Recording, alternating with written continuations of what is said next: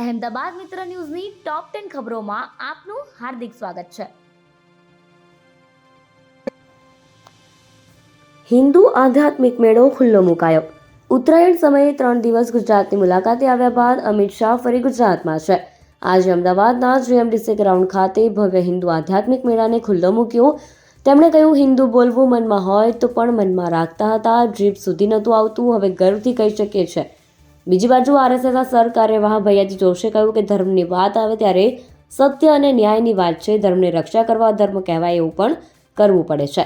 આ પ્રેરણા દેવાનો કાર્યક્રમ છે. ભારત અલગ વિચારોનો દેશ છે. કોઈ નેતા નહીં, પરંતુ ભારત વિશ્વગુરુ બનશે.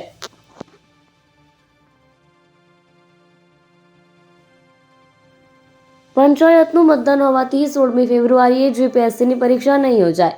જીપીએસસીની પરીક્ષા માટે તૈયારી કરી રહેલા ઉમેદવારો માટે મોટા સમાચાર સામે આવે છે. 16મી ફેબ્રુઆરીએ પંચાયતનું મતદાન હોવાને પગલે જીપીએસસીની પરીક્ષા નહીં યોજાય. તે દિવસની પરીક્ષા માટે નવી તારીખ ટૂંક સમયમાં જાહેર કરવામાં આવશે. ગુજરાત યુનિવર્સિટી ઉચ્ચાપત મામલે તપાસ. પૂર્વ કુલપતિ હિમાંશુ પંડ્યા ક્રાઇમ બ્રાન્ચમાં નિવેદન નોંધાવશે. ગુજરાત યુનિવર્સિટી દ્વારા અમદાવાદ ક્રાઇમ બ્રાન્ચના એનિમેશન ડિપાર્ટમેન્ટના 4.09 કરોડ રૂપિયાની ઉચાપત મામલે પૂર્વ પ્રોફેસર સામે ફરિયાદ નોંધાવવામાં આવી હતી. જે મામલે ક્રાઇમ બ્રાન્ચે પૂર્વ પ્રોફેસર કમલજી લખતરિયાની ધરપકડ કરી. ત્યારબાદ તપાસ દરમિયાન વધુ ખુલાસા થતા ક્રાઇમ બ્રાન્ચે તપાસ માટે પૂર્વ કુલપતિ હિમાંશુ પંડ્યા, રજિસ્ટ્રાર પિયુષ પટેલ અને પૂર્વ સિન્ડિકેટ સભ્ય સહિત 12 લોકોને નોટિસ આપી. પૂર્વ કુલપતિ હિમાંશુ પંડ્યા ક્રાઇમ બ્રાન્ચમાં નિવેદન નોંધાવી રહ્યા છે. ક્રાઇમ બ્રાન્ચ દ્વારા તેમની પૂછપરછ કરવામાં આવી છે. રજિસ્ટ્રાર પિયુષ પટેલની 2 દિવસ ક્રાઇમ બ્રાન્ચમાં પૂછપરછ કરવામાં આવી હતી. ખ્યાતિકાંડ. પોલીસ પકડે એ પહેલા કાર્તિકે 16 કરોડની લોન ભરી. ખ્યાતિકાંડનો માસ્ટરમાઇન્ડ અને હોસ્પિટલનો ચેરમેન કાર્તિક પટેલ ઝડપાયા બાદ હાલ રિમાન્ડ પર છે. ક્રાઇમ બ્રાન્ચની પૂછપરછમાં તેના એક બાદ એક કારનામા સામે આવી રહ્યા છે. ખ્યાતિકાંડ મામલે ફરિયાદ નોંધાવ્યા બાદ પોલીસ ચોપડે વોન્ટેડ રહેલા કાર્તિક પટેલે દુબઈથી જ પોતાની 16 કરોડની બેંક લોન ભરવાનું સામે આવ્યું છે.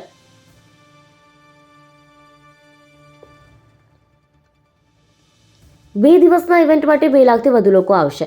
નરેન્દ્ર મોદી સ્ટેડિયમમાં 25 અને 26 જાન્યુઆરીએ કોલ્ડપ્લે કોન્સર્ટ યોજાવાનો છે. 2 દિવસના કોન્સર્ટમાં 2 લાખથી વધુ લોકો આવવાના છે. જેના પગલે શહેર પોલીસે સુરક્ષાનો એક્શન પ્લાન તૈયાર કરી દીધો છે. 14 ડીસીપી, 25 એસીપી, 63 પીઆઈ, 142 પીએસઆઈ તથા 3581 હેડ કોન્સ્ટેબલ સહિત કુલ 3825 પોલીસ કર્મચારીઓ બંદોબસ્તમાં જોડાશે. સાથે જ એનએસજી કમાન્ડોની ટીમ પણ તૈનાત રહેશે. સ્ટેડિયમની બહારથી લઈને અંદર સુધીની સુરક્ષાને ધ્યાને રાખી મેડિકલના 11 dome, 7 ambulance, 2 mini hospital, 3 બેડવાળી 6 information desk હશે. આ કોન્સર્ટમાં 5 વર્ષથી નાના બાળકોને પ્રવેશ એન્ટ્રી નહીં મળે. સાથે જ પ્રેક્ષકોને ઇયર પ્લગ અપાશે.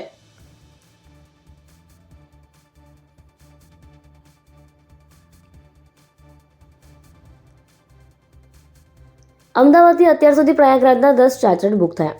પ્રયાગરાજમાં 13 જાન્યુઆરીથી શરૂ થયેલા મહાકુંભ મેળામાં જેમ જેમ દિવસ આવતા જાય છે તેમ તેમ શ્રદ્ધાળુઓનો ઘોડાપૂરો મટતો જાય છે. હિન્દુ ધર્મગ્રંથોમાં મહાકુંભ મેળામાં શાહી સ્નાનનું વિશેષ મહત્વ છે. 6 માંથી 2 શાહી સ્નાનની તિથિ પૂર્ણ થઈ ગઈ છે. હવે બાકી રહેલી 29 જાન્યુઆરી, 3, 13 અને 26 ફેબ્રુઆરીએ મહાપૂર્ણિમાના દિવસે અંતિમ સ્નાન હશે. અત્યાર સુધી લાખો રૂપિયા ખર્ચ કરી અમદાવાદથી 8 સીટરના 10 જુદી સિરીઝના ખાનગી જેટ બુક થયા છે અને પ્રયાગરાજથી પરત પણ આવી ગયા છે. ગુજરાતમાં ખાનગી જેટનું બુકિંગ કરતા ઓપરેટરોના મતે હાલમાં અમદાવાદથી પ્રયાગરાજ માટે 30 જેટલી ઇન્ક્વાયરીઓ મળી છે.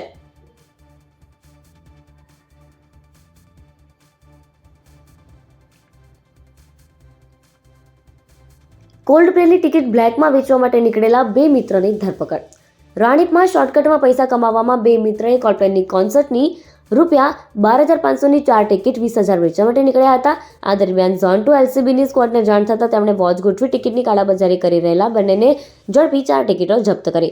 આરોપીઓ ઓનલાઈન ટિકિટ ખરીદ્યા બાદ વધારે પૈસા કમાવવાની લાયમાં ટિકિટની કાળાબજારી કરવા નીકળ્યા હોવાનું જાણવા મળ્યું છે.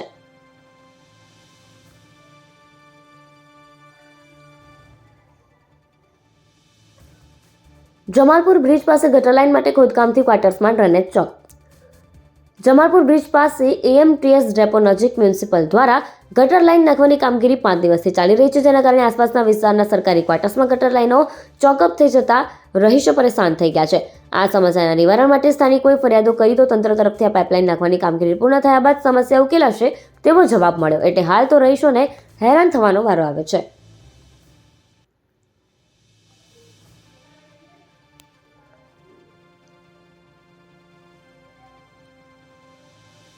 કોલ્ડ પ્લેની ટીમ રિવર ક્રૂઝની મજા માણશે. ગુજરાતના ઇતિહાસમાં પહેલીવાર યોજાઈ રહેલા કોલ્ડ પ્લે કોન્સર્ટની ટીમ અમદાવાદના રિવરફ્રન્ટ પર ક્રૂઝ સવારીની મજા માણશે. શક્યતા તો એવી પણ છે કે તેઓ અટલ બ્રિજની મુલાકાત લેશે અને ફ્લાવર શો પણ જોવા જશે. જો કે અટલ બ્રિજ અને ફ્લાવર શોની મુલાકાત અંગે હજુ કોઈ સત્તાવાર માહિતી નથી મળી, પરંતુ ટીમ ક્રૂઝ સવારી કરશે એ નક્કી છે.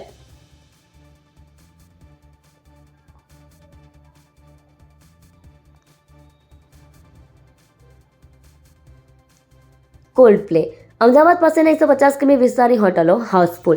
નરેન્દ્ર મોદી સ્ટેડિયમમાં 25 અને 26 જાન્યુઆરીએ વિશ્વ પ્રખ્યાત બ્રિટિશ બેન્ડ કોલ્ડપ્લેનો કોન્સર્ટ યોજાવાનો છે, જેને પગલે ગુજરાતના વિવિધ શહેર, જિલ્લા તથા દેશભરમાંથી મ્યુઝિક લવર્સ આવવાના છે. આ કોન્સર્ટમાં આવનારા પ્રેક્ષકોએ ટિકિટ પાર્કિંગની સાથે સાથે હોટલ રૂમ બુક કરી લીધા છે, જેથી શહેરની હોટલોમાં આવેલા 15,000 જેટલા રૂમ્સ લગભગ ફૂલ થઈ ગયા છે. આ સ્થિતિને કારણે સ્ટેડિયમ પાસે આવેલા છાપરાવાળા ઘરોમાં પણ કોલ્ડ પ્લે પ્રેમીઓ રૂમ બુક કરી રહ્યા છે.